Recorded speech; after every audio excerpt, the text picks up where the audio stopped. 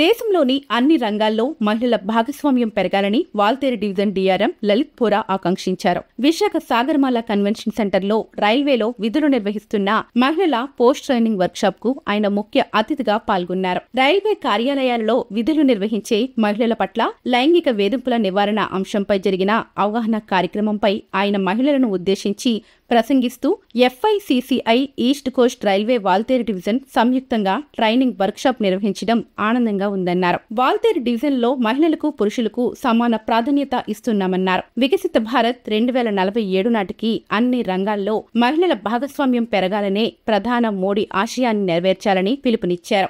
అలాగే పని ప్రదేశాలలో మహిళలకు అనుకూల వాతావరణం కల్పించాలని ఉద్యోగులకు ఆయన సూచించారు. ప్రతి రైల్వే స్టేషన్లో మహిళా ఉద్యోగుల కోసం రెస్ట్ రూమ్స్ ఏర్పాటు చేస్తున్నామని తెలిపారు. వాల్తేరు డివిజన్లో మహిళా ఉద్యోగులపై లైంగిక వేధింపులకు తావులేదని స్పష్టం చేశారు. ఎవరైనా మహిళల పట్ల లైంగిక వేధింపులకు పాల్పడినా కఠిన చర్యలు ఉంటాయని ఆయన హెచ్చరించారు.